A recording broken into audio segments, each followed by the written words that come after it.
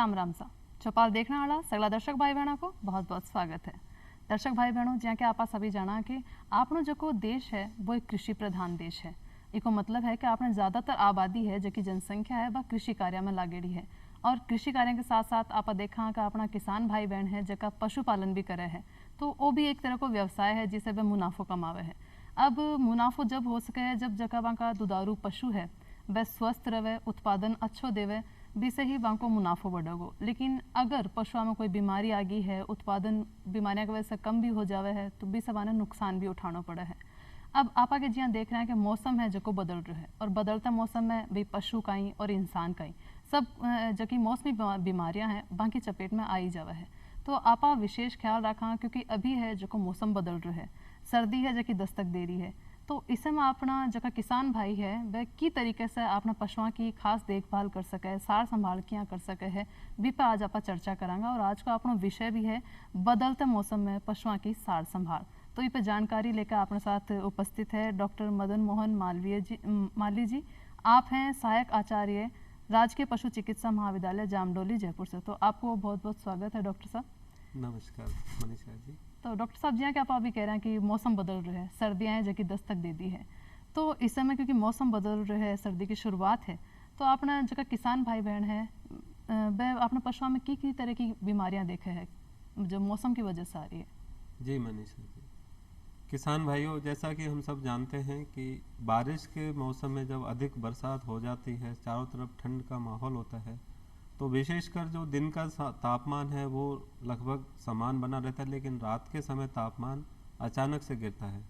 तो दिन रात के तापमान में अंतर होने की वजह से पशु उस स्ट्रेस में आ जाता है, और इस वजह से ही पशु को बहुत सारी परेशानियां या बीमारियों का सामना करना पड़ता है।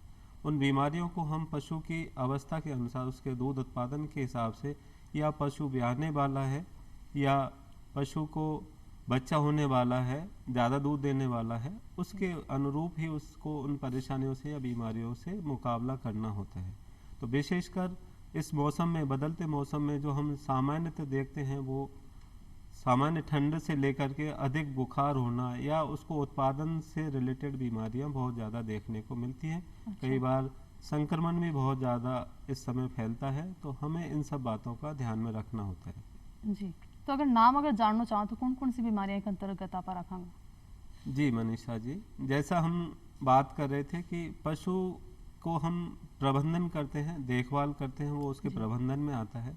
दूसरा होता है पशु का उत्पादन। तो पशु दूध देने वाला है या ब्याने वाला है, वो बीमारियां होती है, या संक्रमण की। तो अगर पशु के प्रबंधन की बात करते हैं तो पशु को ठंड लगती है, या अच्छा। फिर उसको बहुत ज़्यादा ठंड लग करके बुखार आ जाता है, उसमें कुपोषण हो सकता है, या फिर उसके पशु का उत्पादन कम हो जाता है।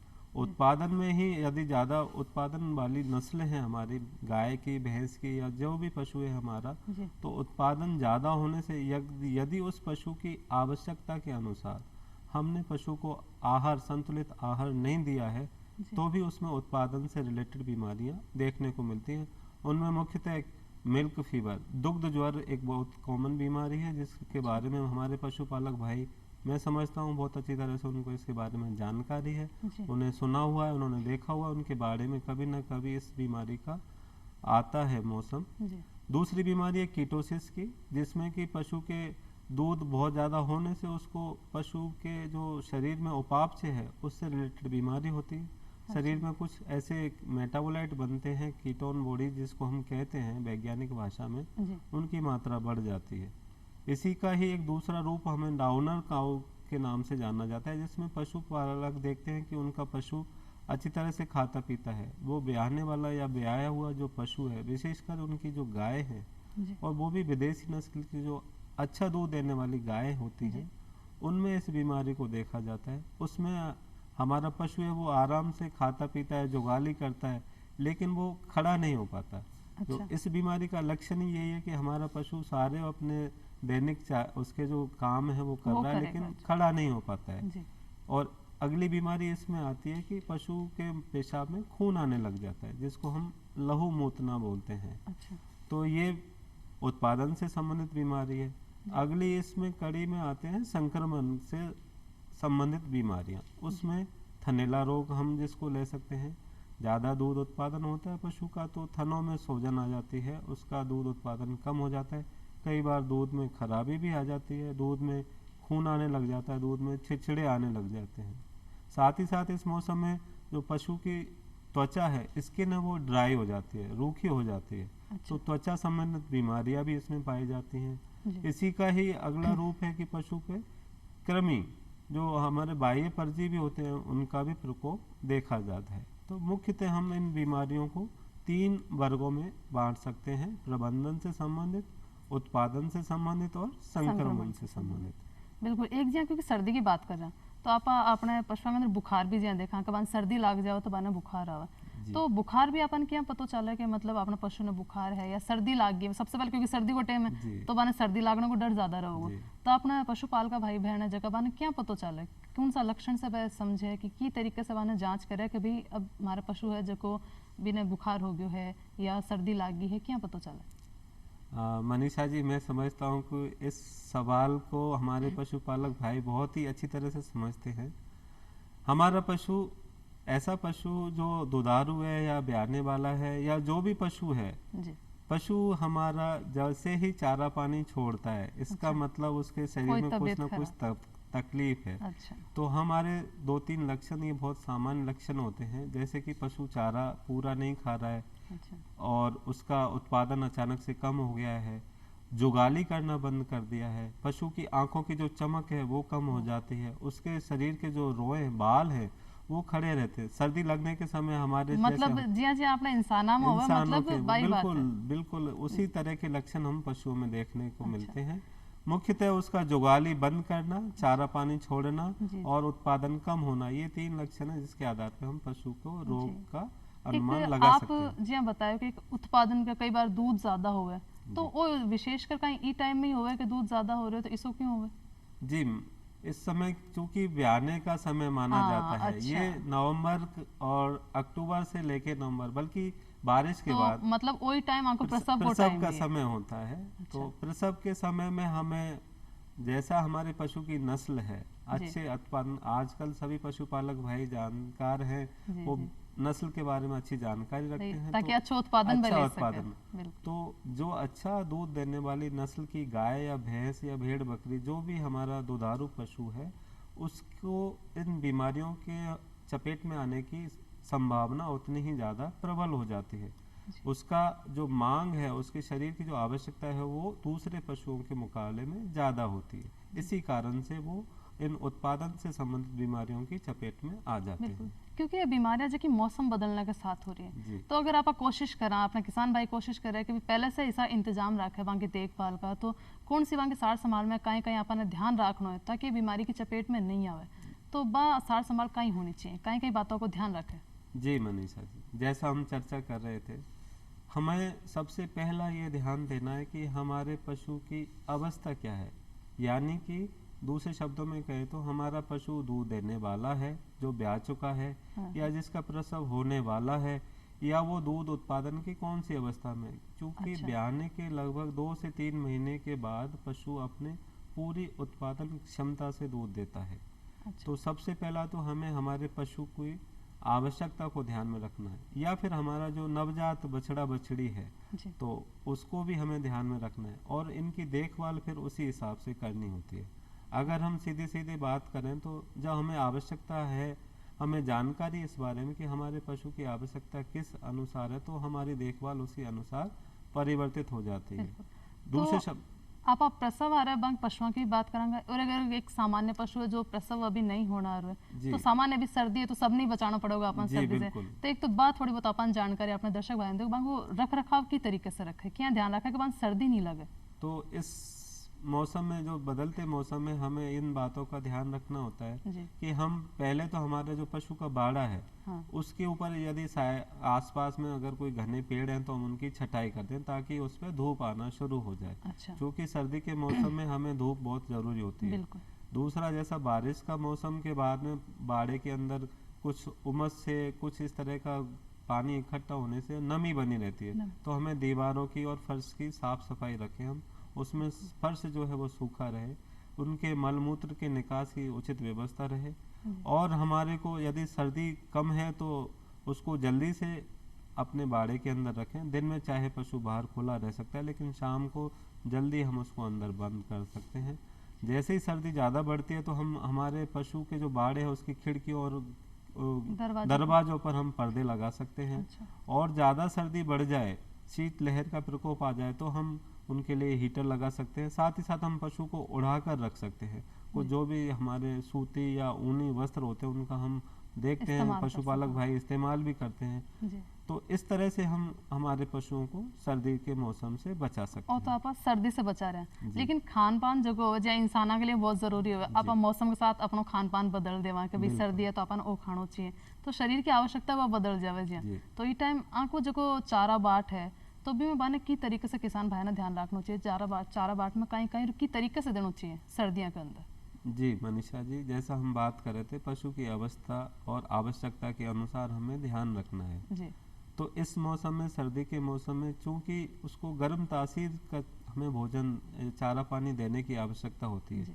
और बात दुधारू पशु की हो रही है तो उनकी उत्पादन क्षमता के अनुसार ही हमको, उनकी आवश्यकता के अनुसार ही संतुलित पशु आहार देना बहुत ज़रूरी होता है। जी। देखा गया है कि पशुपालक भाई कई बार उसको खल है, बाट है, बिलोना है, ये चीज़ें तो भरपूर मात्रा में देते हैं, लेकिन गुड़ की मात्रा वो कम रखते हैं या बहुत ही ब्याने के लगभग 15 दिन या महीने भर तक ही देते हैं। जी। तो मेरा आज इस चर्चा के माध्यम से सभी पशुपालक भाइयों से ये अनुरोध है कि वो अपने पशु को गुड़ की मात्रा जरूर उसके बाट में शामिल रखें। जब तक वो दूध देता है तब जी। तक हमें उसको गुड़ देना चाहिए। साथ ही साथ ध्यान रखें कि पशु ठंडा पानी ना पिए। अच्छा। पानी पिलाते समय उसको हम सामान्य तापमान पे गर्म करके दे सकते हैं। जी। साथ ही साथ पशु को जो बाट हम दे रहे हैं, जो हमारा बाट है, उसको या तो उबले हुए पानी के साथ दें या पूरे बाट को पका करके देना चाहिए।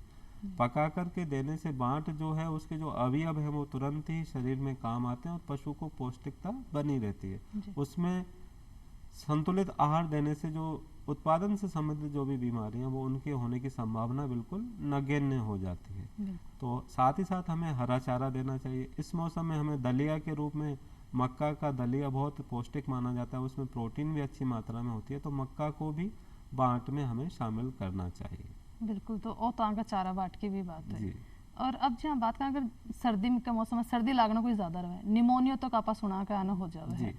तो इस समय अपना किसान भाई बहन अगर घर में ही कुछ उपचार कर सके, जिन्हें आप जहाँ प्राथमिक उपचार भी करवा, जी। तो इसको कुछ कर सके घर के अंदर भी। हाँ, कुछ जो शुरुआती लक्षण हैं अच्छा। बीमारियों के, उनमें हम जरूर ही घरेलू उपचार हम कर सकते हैं और हमें करना भी चाहिए। जी। बात करें तो सामान्य सर्दी जुकाम की, तो उसको पशु को अगर ठंड लगी है तो हमें उसको सबसे पहले ओढ़ा देना चाहिए। उसके रूम जो बाड़े का तापमान है वो हमें थोड़ा गर्म कर देना चाहिए। साथ ही साथ जिस तरह से हम इंसान नाक बंद होने पर जो भाप लगाते हैं, उसकी भाप लेते हैं, तो हम तारपीन का जो एक तेल आता है उसको गर्म पानी में मिला करके पशु को हम भाप दे सकते हैं, ताकि उसकी श्वसन नली में अगर रुकावट है तो वो साफ हो जाती है। कुछ भूख बढ़ाने की भी हम उसको चीज़ें दे सकते हैं। अच्छी अच्छी कंपनियों के प्रोडक्ट्स मार्केट में आते हैं जो भूख बढ़ाते हैं। पशुपालक भाई हमारे घर में मौजूद भूख बढ़ाने की चीज़ें हैं वो उसका उपयोग कर सकते हैं। साथ ही साथ पशु को दिन में हम खुले में चरने के लिए भी छोड़ें तो उससे भी उसकी भूख है वो बनी रहती है।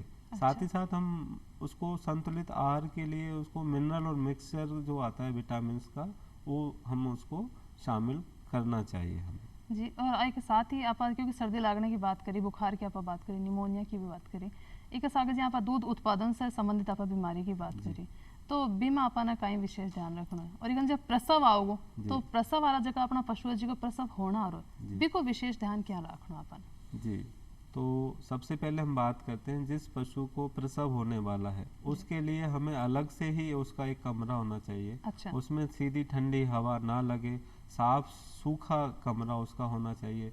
साथ ही हमें यह ध्यान देना कि क्या पशु का प्रसव समय बिल्कुल नज़दीक आ चुका है, क्योंकि पशु जैसे ही प्रसव समय आता है तो उसका चारा पानी कम कर देता है, भूख कम हो जाती है। अच्छा। पशु थोड़ा सा सुस्त हो जाता है, तो उसको हमें ये ध्यान रखना है कि पशु का प्रसव समय कितना नज़दीक आ चुका है।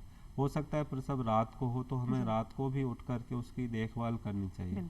देखा गया है कि पशु को इस समय, जैसा ठंड का मौसम है, तो स्ट्रेस की वजह से शरीर में कैल्शियम की कमी हो जाती है। अच्छा। तो प्रसव उससे कष्टपूर्ण हो जाता है।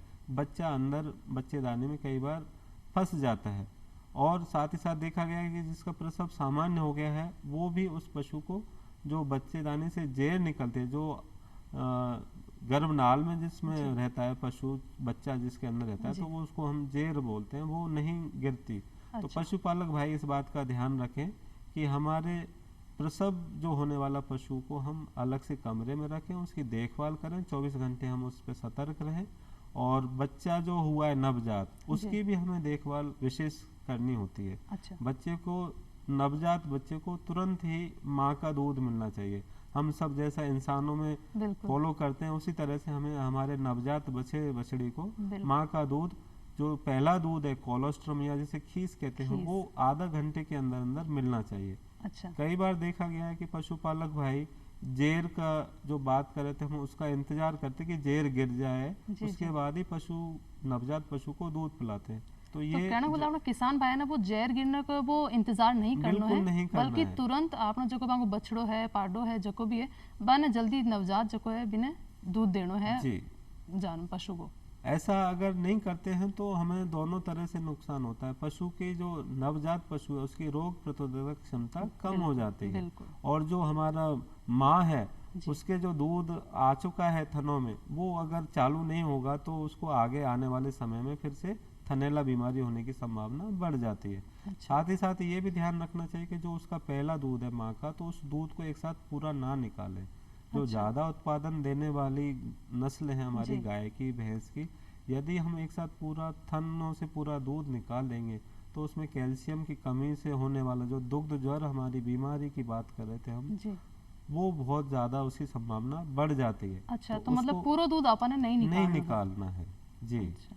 तो तो दूध से संबंधित भी आप बात करी, प्रसव से जुड़ी और नवजात पशु की भी आप एक अंदर बात करी।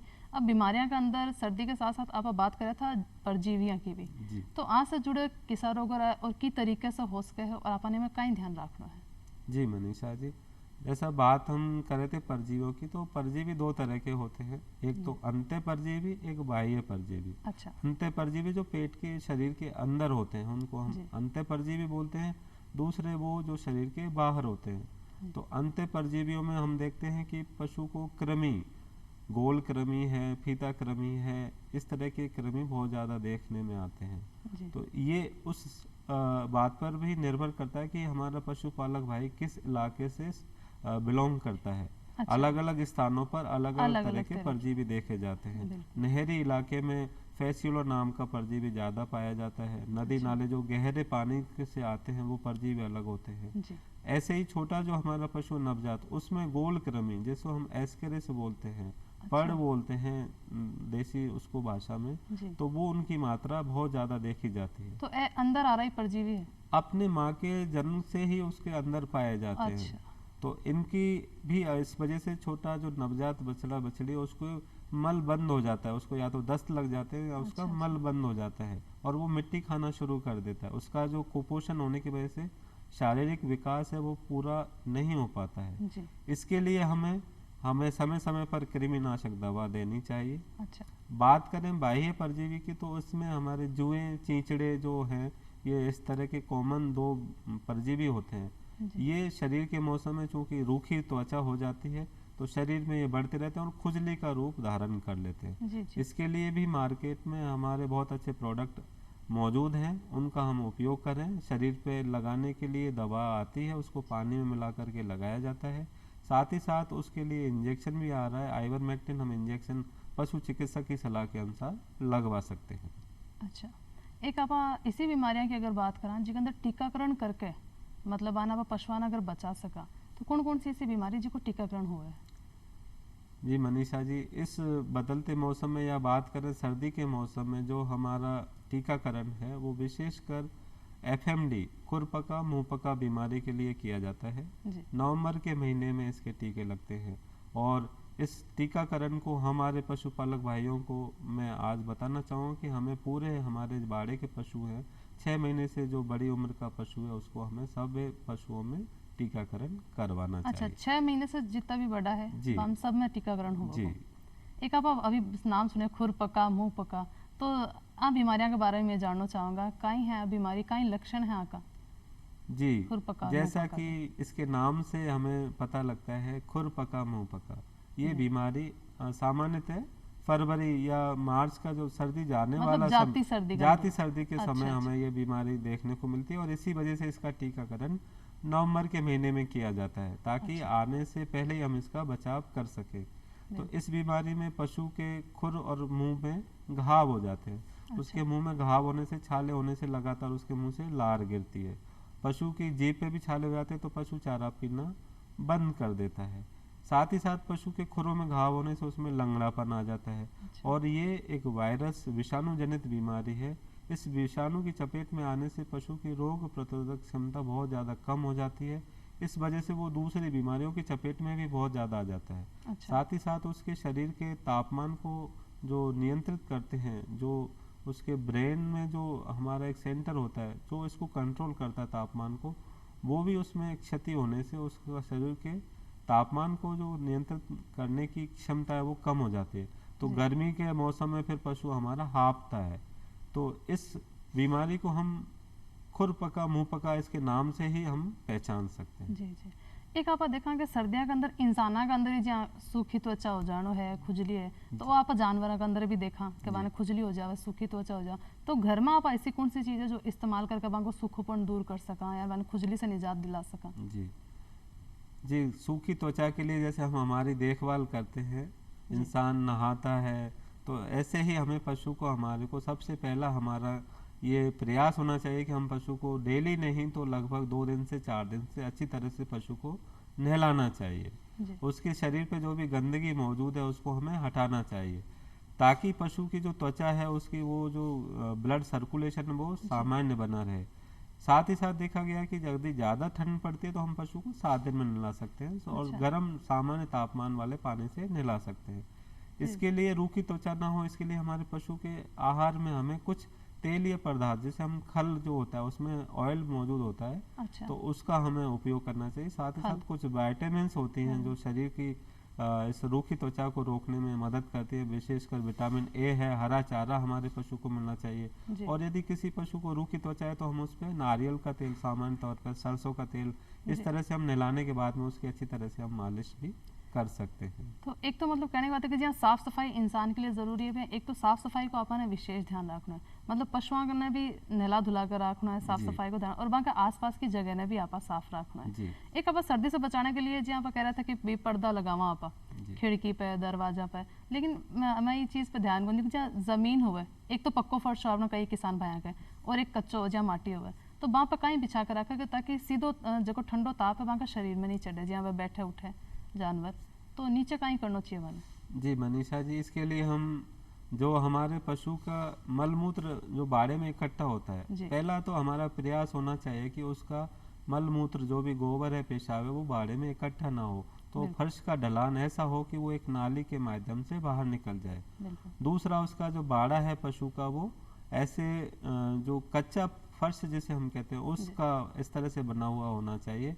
उस पे हम चाहें तो सूखी मिट्टी बिछा सकते हैं, या जी हमारा जो चारा है, जी भूसा जैसे होता है जो वो भी खराब आपा होता डाल है, सका। वो हम उस पे हम डाल देते हैं। अच्छा कई बार पशुपालक भाई देखे गए कि जो चूल्हे में जो आँच राख होती राख, है, जो राख, अच्छा गरम राख, गरम वहाँ को भी राख है या इस्तेमाल, जो सामान्य राख है जो अच्छा बा बिछा दे। लकड़ी जलाने के बाद जो बचती है उसको हम जी बिछा देते हैं ताकि पशु एक को गर्माश चालता बने। चालता डॉक्टर साहब, आप एक हेल्पलाइन नंबर अगर कोई हो जो अपना राजस्थान का किसान भाई बहन अपनी कोई शंका को समाधान चाहता हो, तो कोई हेल्पलाइन नंबर है तो वो आपने ज़रूर बताओ। जी मनीषा जी, इस विषय में मैं बताना चाहूँ कि हमारा विश्वविद्यालय राजूवास बीकानेर, जी उसके अधीन हमारी एक हेल्पलाइन नंबर संचालित है। पशुपालक भाई कभी भी अपनी समस्याओं से संबंधित जानकारी उस पर ले सकते हैं। जी उसका नंबर मैं बताना चाहूँगा आपको, 1800 180 जी 6224।